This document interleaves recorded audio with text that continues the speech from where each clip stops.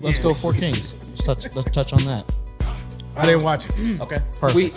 Did you really not? Nah, I've been doing God damn. All right, so we really don't. It's working. This is not a well-structured podcast, but every now and then we figure out like, yo, let's make sure we do this, yeah. XYZ. So this dude, I didn't know it was included. They kept talking like, watch this. I ain't believing No, I it. swear I So didn't we'll know. see what happens. But I could freestyle some stuff. Four Kings, the documentary series, the documentary 4-part series on Showtime was amazing. Yeah. Revolves around Marvelous Marvin Hagler, Ray Leonard, Roberto Duran, and of course Tommy Hearns. I just thought that top to bottom, I thought that was fantastic.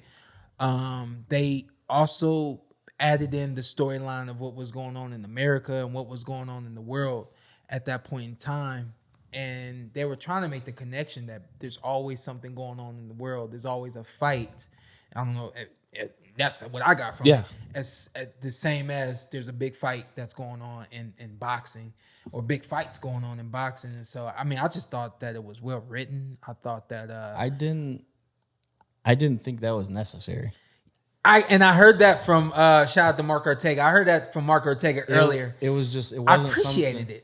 Yeah, I mean, I wasn't like, oh, this is stupid. I was just like watching it, and there's so much content. There's so many like good storylines with the fighters and boxing. I was like, why did you like really like need to, because they shoehorned. they shoehorned it in. They were like, hey, Ronald Reagan at this time was. And I'm like, okay, like I don't care. Like, I'm like, show somebody fighting. Like show my guy Duran, a fair fighter of all time. Like, I don't care what Ronald Reagan was doing after that guy. But it was just kind of weird. But the only real relevant thing was Duran's stuff. You know, the Panama Canal like kind of tied in. But I was right. The first takeaway I had, and I don't know, I can't remember if you and I talked about this, was when there's fights now that don't get made, people always point back to the Four Kings and say, hey, those guys. My issue though is true. The Four Kings, they all fought. Ended up fighting each other. But like I was hearing Sugar Ray Leonard, and I'm like, this is what he's saying is what fighters say now that people complain about. He's like, the money's not there yet. I think it was Hearns he was talking about. Yep. Money's not there. Let it saturate. I was like, okay, so people do that now, and you're like, hey, back in the day, they didn't do that. And I'm like, they did. Like that happened. I saw it, but it was good overall. Difference being, he sang that song for about 12 months, and then the fight happens. Instead of like 12 years. Yeah. And I think right now we got more social media. So of course, we didn't know all the back ends back then. And I didn't realize in that fight that I didn't quite realize how much it took out of Sugar Ray Leonard. He was 25, and then he doesn't fight he fights 2 times in 5 years in that detached retina, and I didn't realize that it basically took his prime that fight. So and it took a lot from Hearns. Right. Hearns after that, I mean, I didn't know that to the extent he was down bad, like was kind of really upset about the decision, and I think it was one of the promoters or one of the managers was talking, and she was like, yeah, he was really beat up about that. Yeah.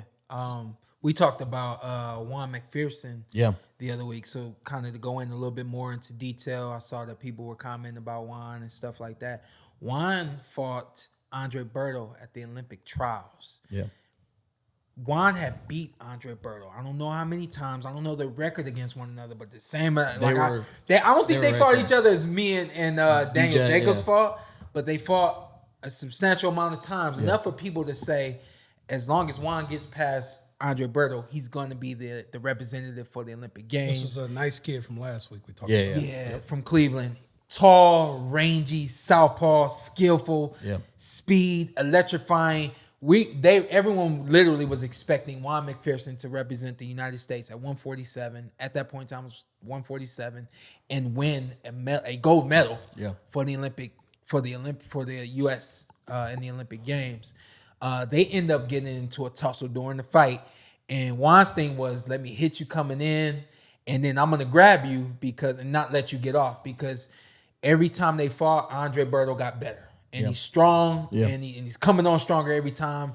Long story short, they end up Berto ends up dumping Juan McPherson. Juan gets basically disqualified from the important trials. to mention, Berto also gets disqualified. Berto was also disqualified. Berto goes on to represent Haiti in the Olympic Games, and then we had Monterosian represent the United States. So because of that, and this is where it ties in, everything that Juan had worked for, I knew Juan since I was 8. He started boxing when he was 8. I mean, I watched the kid grow up in the sport, and everybody's talking Olympics. You're going to be the next. You're this and that, and it's all ripped apart, ripped from you. And not as a fault of your own. And not in the front of your own, but it was a and moment. And also, for context, McPherson is medically disqualified. So disqualified. It wasn't like he was fouled out in the fight. Like, he got a concussion, so he was medically disqualified. Yeah. So the Kings really helped me in a lot of ways. And I just told y'all earlier, like, after watching this, I look at everything through a different lens in my eyes. Everything is like the greatness that I aspire to achieve before I'm done with this is like it's been heightened and enhanced. And you see a guy like Tommy Hearns lose a fight to someone he's been virtually chasing for a very long time, and is just down in the dumps, is depressed, so on and so forth. Juan goes through the same ordeal after not being able to make the Olympic team, and unfortunately, we never really hear of Juan McPherson. He's one of the greatest amateur fighters to come from the U.S. Yeah. I mean, Cubans was looking Kicking at this, him out of the tournament. kicking him out of tournaments because he was just that good, you know. So I think this boxing game, you gotta take it easy on us. Yeah. You know what I mean? Because there's so much more that goes into what we do. It's just a little bit more that then goes into other sports. Other sports got other guys to lean on. It's just us. It's just our small team. Yeah. Essentially, it's just me and my dad. You know, I got other guys that I really admire, and they're part of my team. We got a love and camaraderie with one another. But at the end of it all, it's just me and my dad. Yeah. And a lot of guys don't even have that much, you know. So a guy may lose, or a guy may quit on the stool, or got his cranium cracked. BJ Saunders. Yeah, BJ Saunders. And everybody's saying he quit on the stool. Like, take it easy. It's life or death. Mm-hmm. First of all, y'all really don't understand that unless you've been to war, unless you've been through a crazy ordeal. Yeah. And it's just, you got to take it easy on us, because I think if people were there to help Tommy Hearns and assist him emotionally, mentally, you know, physically, the whole nine, he may not go through the ordeal that he's gone through. You know, I had somebody the other day, we just did Motivational Monday, and they're saying it's not science, it's common sense. I'm like, okay. You know, I know that I'm preaching this sports life coaching thing, but let me make it clear that it helps, and some people need it. Maybe not everybody, but some people really do need this stuff, because you get into something like that and you get crushed. We saw what happened with Duran when he quit on the stool. It's like, I can't take it. Nobody understands that. Yeah. The part that blew my mind, I didn't really realize, is that people bet their lives on that fight. Yeah. So I understand how y'all could be upset and so on and so forth. And even with me seeing that, I was like, wow, okay, now it makes sense why people were threatening this man and all that kind of stuff. One of the crazy parts of that, right with that, where he, that has the whole no mas thing, which I think he's disputed that he never said that, but kind of tough break, I guess, for Duran. That's your guy. It's my guy. But then he was saying that the only way he could go like outside his house, like, he had was it a tiger or a lion? Yeah. He had a pet lion. So that was the only way he felt safe that he could walk around. So he just walked like with this lion on a leash. Imagine you're just walking by and it's like. I completely misunderstood the story. I thought he did the walking with the lion before that ordeal. No, afterwards to hold people off. Yeah. I didn't know that. Yeah. So nobody could get out. Because I mean, you're a tough guy. Yeah. We're tough guys to an extent. I'm not approaching somebody with a lion by any level. I got a gun for a lion. Maybe. You that mad at him about the fight? Yeah. I mean, that's how they be tripping. My life on the line, yes. Right. But that was. I'm not gonna kill. And another weird thing that stuck out to me. So Marvin Hagler's trainers, I can't think of the name. Petronellis. Yeah. So they're working. They're doing road work, and they're running in jeans. That was the craziest thing I've ever seen. They're running with them like can we? I know Italy won the Euro. Italian trainers were killing it back then. Like Angelo Dundee, the Petronellis, Custio. What's with these little old white Italian men who just? I guess they just had. You know how like you gotta have a screw loose to run in jeans, like more than like you could jog a little bit, but to run like do road work in jeans. With I swear to God, I go to the park with my son now, and I'm like, don't wear jeans, because the few times I wear jeans, I run around twice when I'm like, hey, Diggs, I'm not equipped for this today, baby. I can't do it. We always had to have the shorts under the jeans back in the day. Yeah, just in case. Hey, my parents didn't understand it. Somebody might, you want to go one-on-one for something? I'll rip these off right now. Immediately. My mom did not understand it. There's a joke that, speaking of, you said Italy, there's a soccer player that he doesn't have a very fluid running, so they said it looks like he's running in jeans. Oh, wow. Shout out to Lukaku. Soccer? Yeah. But I'm watching, I'm a like... a lot of running, like not running. Yeah, correct. he's getting a little better. He lost some weight, but he's a great player. But right. I'm like, I was watching and I was like, I seriously said, I was like, this dude's running in jeans, doing road work in jeans. That's the craziest thing I've ever seen. But that was great. I have to salute. All the fights were great that they're showing. A lot of the insight was great. Stuff Yeah. you never heard before. Yeah, that was one thing I have to salute Ray Leonard on being open about the things that he was going through. Right. I think that we've seen it a lot now where we've seen famous people really take a nosedive or even worse. And we're seeing now that mental health is a true issue. And that there's things that those guys were dealing with before there was a name for it, you know. So salute to him for being open and honest about that. I didn't know that those guys were dealing with the things that they were dealing with, so gave me a lot of motivation. Duran told some extremely wild stories. Yeah. You talk about machismo. Yeah, that dude. Yeah, he was telling some. You'll have to watch it. Like he was talking about a couple ladies. I was like, when he says he never did cocaine, I just you questioned a little bit. Just a little. You were just a little unsure. So you were just doing threesomes in the '80s and all this wild shit, but just it was wild. It was popping. You know what though? I don't. If I was born in the 60s, I might have did the cocaine in the 80s. I mean, that's what I mean. It sounded like all the other ingredients were that. there. No, I know what you're saying. It really did seem like it was like unavoidable. You had to be there. It was unavoidable. Yeah. Yeah, but it was great though. I enjoyed it. What a big takeaway for me for the whole show was like I said about Leonard earlier, he had to give away his a big part of his health to fight what I think may be the greatest high speed chess match in boxing history. When we talk about boxer puncher versus boxer puncher, I think Leonard Hearns is it. It's the quintessential highest level ever fought fight when we talk about that. So, but then we see what it took out of Ray Leonard, his prime, really. I mean, he beats Hagler afterwards and wins some big fights, but it took his prime. Man, I was looking at that too. Where they do 15 rounds back in the day. Yeah. I mean, like, how can... Hey, you would have been built for the 15 round era. Hey, if you got 15 rounds, you get Earl. People say that I've been defeated if you. People say that people really do think that I'm built for the 15 round era. I think that because I've never had to done it, I think mentally I don't feel that that I am built for that. Sure. But those guys, we just can't. Yeah. We can't compare ourselves to those crazy. guys. It was a crazy time. Those guys did so much just to get in the ring. Yeah. The way we trained for 12, they literally were training for 15 rounds, understanding that it could go 15 rounds. So there's no way I'm not going to train for 15 plus. Yeah. I'll tell you guys real quick. My dad said when I was turning pro, he said just like this: when you're fighting 4 rounds, we're training for 6. When you fight 6 rounds, we're training for 8. When you fight 8, we train for 10. And when you fight 12, guess what we do? I said, I don't know. He said, we're going to train until I tell you to stop. Those guys had to have that type of mentality and some. Yeah. In order to get into the ring, so there's no way that comment would have landed well. Like when he said that, you were like, you weren't happy about that. No. It was like he's lining this up. It's like, okay, yeah, training 4 for 6, that makes sense. He's like, oh yeah, then you're just gonna have to keep going forever. I'll drop another quick nugget for you guys. Yeah. My dad, out of nowhere, and it pissed me off. And yes, I said pissed.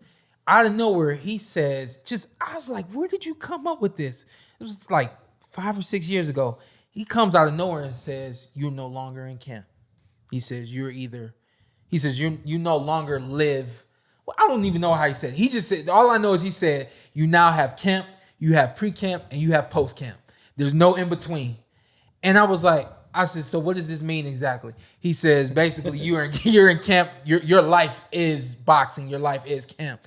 And so I was telling this to some guys the other day. So you got to figure out where you're going to place your camp. Make that season, that beginning of camp to the fight. After that, understand that you have to make a season for your post-camp, whether that's a week, 2 weeks. Understand what needs to be done during post-camp so that you don't go overweight, so on and so forth. That's it. And then you got pre-camp. Pre-camp gets you ready for camp. I'm a little disappointed in your dad as an old school music guy. I feel like the pre-camp should have been Camp Low.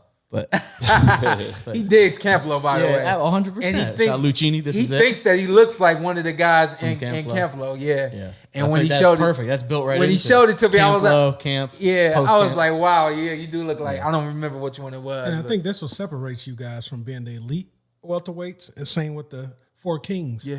It's no excuse. It's hot as hell outside, Shawn. Yeah. You working out in this. Yeah. I seen a buddy's son goes to a great high school out here called Bishop Gorman. They whole football team was working out yesterday at 1:00. Voluntary. It was 50 guys out there. I said, what are they out there? What are you doing, man? He's like, if I let them get away with one excuse, you have an excuse for everything. It's like, so it's no excuse. Yeah. My car said 122 yesterday. Yeah. Just for anyone that's not aware of how hot it is blazing in almost Vegas. punched my and that's kind of separates boxers. There's boxers that once they get away with an excuse and not to do something, that may have you might have lost 3 fights right there. Yeah, absolutely. Just because you didn't work hard. Yeah. This is a little separation. It's a habit. Then you're just like, okay, I let myself slide on that one. Yeah. I'll slide on this one. That's a fact. I bike out here and I got my bike gear. I look like a professional. And it's hot in Africa out here. Malik and I finished the bike ride. I mean, I'm all the way decked out with my stuff. I gotta look good, whatever. And this lady at the gas station, because I went in to get some ice. It's hot. I had to fill up my thing. She says, "Aren't you hot?" And I looked at her with a smile and said, "No." Yeah. I said no. You but lied. I You lied really to some random lady hot. at the gas station. Hey, but the thing is, I had to think I work about outside too. I said mentally, I'm used to it. Yeah. This is nothing for me. Exactly. And I had to think about it. And so when she said that, I thought about it. I was like, I understand why she would look at me and think that I'm hot. I said, but furthermore, I understand why I said no, that I'm not hot, because mentally, I got to tell myself not about that, mentally, I'm not even thinking about it anymore. But 122 is offensive. Like 122, that's. No, I'm telling you, once you guys get used to it. There's no we all live in Vegas. Like 115, you're like, yeah, man, this is hot. Like 122. It is hot. That's just silly. That's silly. I gotta take that L. Yeah. Do we have any? Because we do have some other boxing things. Oh yeah, just to close on that Four Kings. So it's like, so if you see what happened, the fight that we all beg for, the Leonard Hearns type of fight, and then you see what it actually does in reality to the health of the fighters, right? And you see that really to fight a prime for prime fight on that level is going to take out so much in you in your career and potential 3 or 4 fights, stay busy paydays. Right. And then when you have Floyd come along and he exposes all this logical truth about boxing, which is ultimately the fighters fight the fights and their name is celebrated for a time, and then their brains get beat in, and you see what happened to like Hearns today. Even though he's sharper than people may think, of course, but his motor skills got deteriorated because of everything he gave us. Yeah.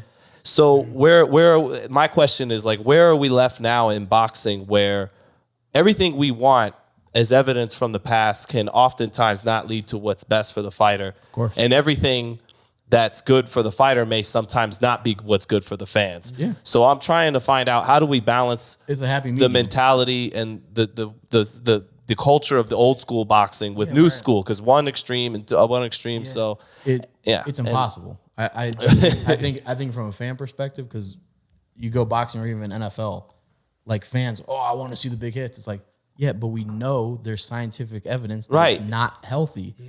So it's just impossible. Even though objectively the game was funner to watch 100%. Then. So it's like as a fan, I don't think a fan will ever get to the point where we're just like, yeah, I'm okay with the best not fighting the best in boxing. Like, that's fine. Like, it just won't happen. Yeah. So I think the fans are going to be disappointed. And I did appreciate their mentality. I mean, you heard it right from Sugar Ray Leonard and Marvin Hagler and Hearns' mouth. They'd say, the boxing public, the boxing critics, they think this and think that. And I want to prove to them that I'm the best. I want to prove to the people. Now the mentality is, not like you said earlier, but now I'm gonna tell you, y'all never boxed before. You're hating, blah blah blah blah blah blah blah blah, and it's just like, man, don't you just want to prove yourself that you're the fucking best? Like, what is all this crying? Like, everything you're saying is true. You're right. Okay, we ain't boxed before, blah blah blah blah blah blah blah. But damn, don't you want to be a little bit more like they were? Like, no, you know what? I'm hearing everything you're saying. I'm gonna prove to you Yeah. that I'm the best instead of all this other nonsense. Yeah, it's So, Hey, a little frustration over the years. I'm not mad at you, man. I mean, even from where I'm sitting at, I was watching and I'm thinking to myself, like, promoters don't promote the way they used to. They used to have tours. Oh my God. It's Please, Jimmy Kimmel, like, let me get on the late night show. Right. Them dudes was on late night shows all the time. Yeah. I was Johnny like, Carson. they were getting love, and I get it. It was a different time, and especially with boxing. Boxing still was kind of like The sport, like one of the it, sports. Yeah, it And was probably like the last person that had a run like that with tours was Floyd. Floyd used Right. to hit like New York, L.A., big cities. Yeah. But on his tour. I think that Manny's the only one I know of doing like late night shows. Typically, Right. Yeah. You know what I mean? So that was something that I looked at. I was just like, damn, like Some of the stars. I mean, Canelo doesn't speak English overly comfortable, which is fine. Yeah. But that kind of hampers sometimes. yeah. You the guys exposure get to love more mainstream. from the hip hop crowd, like Yeah. Power 100, Breakfast Club, stuff like that. Yeah. Shout out to my guy Royce. I had a meeting with him. The 5'9". For those Yeah, that don't know. yeah. I had a meeting with him and a couple of shout out to Keno and congratulations. He just got married or is getting married soon.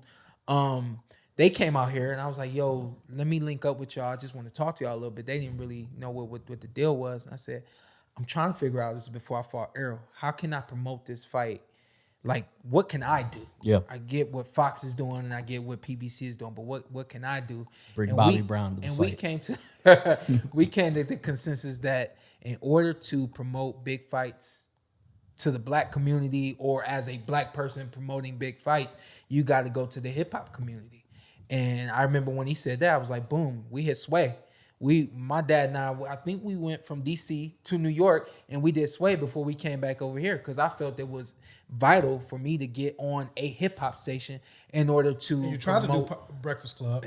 we try to do it all. Yeah, we try to do it all, and I think that is something that a lot of fighters, we need to start understanding where our audience is and go to the audience. Stop expecting the promoters to do it and things ain't the same. We, of course, have social media now, so a lot of promoters expect us to do that on social media. Take it into your own hands. You look at a guy like Ryan Garcia. I mean, he's got a name overnight, and he uses social media, you know, so. Yeah, and there's differences between social media and then literally getting in front of people. Yeah. Like, And if you ever want to promote your fight, you're more than welcome on the Porterweight Podcast. There you go. yeah, absolutely. And did you have any, like, a big takeaway from the No, Kings? I really enjoyed the insight from those guys. I Yeah. think anytime somebody can tell their own story, that's kind of like what LeBron went for with like uninterrupted. Like nobody's gonna parse my words. Like I'll tell you how I feel. So I think hearing those guys, four legends in boxing, Yeah. say, "Oh, this is what I felt at that time." It's like, that's crazy.